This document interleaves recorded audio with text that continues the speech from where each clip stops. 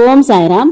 சாய்பாபா செய்த ஒரு அற்புதமான விஷயம் என்னன்னா, ஒவ்வொரு தடவை ஷிரடி போகிறப்பையும் பல நல்ல நினைவுகள், பாபா பண்ணுற அற்புதங்களோடு திரும்பி வருவோம்.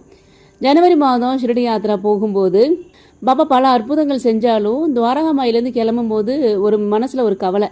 பாபாட்ட கேட்குறேன், பாபா என்ன பாபா நாங்கள் ஊருக்கு கிளம்ப போகிறோமே, உங்ககிட்டேருந்து ஏதாவது ஒரு ஆசீர்வாதம் கொடுங்க பாபா அப்படின்னு சொல்லி நான் பாபாட்ட கேட்குறேன்.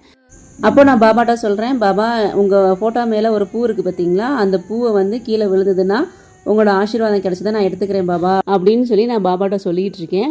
ஆனால் அந்த பூ வந்து அப்போதைக்கு விழுகவே இல்லை. அடுத்த நாள் நம்ம ஊருக்கு கிளம்ப போகிறோம், பாபா ஆசீர்வாதமே பண்ணலையே அப்படின்னு சொல்லி ஒரு சின்ன ஒரு மனசில் வருத்தமாக இருந்தது. அடுத்த நாள் காலையில் காக்கட்ட அரத்திக்கு நாங்கள் துவாரகமாய் வரோம். துவாரகமாயில் காலையில் சுத்தம் பண்ணிகிட்டு இருக்கும்போது பாபாவோட ஷீலாக்கள்லையும் பாபாவோட ஷீலாக்கல் மேலே இருக்க அந்த ஃபோட்டோவையும் தொடச்சிட்டு இருந்தாங்க. அந்த ஃபோட்டோவில் கண்ணாடி போட்டு கவர் பண்ணியிருப்பாங்க. அந்த கண்ணாடியை ஓப்பன் பண்ணி அந்த பாபாவோட ஃபோட்டோவை ஃபுல்லாக தொடச்சிக்கிட்டு இருந்தாங்க. நாங்கள் எங்கள் கூட வந்த சாய் பக்தர்கள் எல்லாரும் ஓரமாக நின்றுட்டு இருந்தோம். அந்த தொடச்சிக்கிட்டு இருந்தவங்க என்ன நினச்சாங்கன்னு தெரில, பாபா ஃபோட்டோ மேலே இருந்து அந்த பூவை எடுத்து என்னையை கூப்பிட்டு அப்படியே என் கையில் அந்த பூவை கொடுத்தாங்க பாருங்கள். எனக்கு ரொம்ப ரொம்ப சந்தோஷமாக ரொம்ப ஆச்சரியமாக இருந்தது.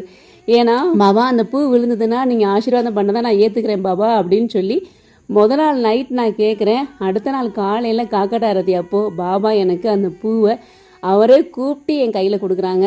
பாபா ஆசீர்வாதம் பண்ணுங்க பாபா, நான் கேட்ட அந்த பூவை எடுத்து என் கையில் கொடுத்து பாபா ஆசீர்வாதம் பண்ணாங்க. இதுதான் நம்ம சாய்பாபா. நம்ம சாய்பாபா நம்ம என்ன கேட்டாலும் கண்டிப்பாக தருவாங்க. அதுக்கு நமக்கு தேவை நம்பிக்கை, பொறுமை. நம்பிக்கையோடு இருங்க சாய்ராம், நல்லதே நடக்கும். ஓம் சாய்ராம்.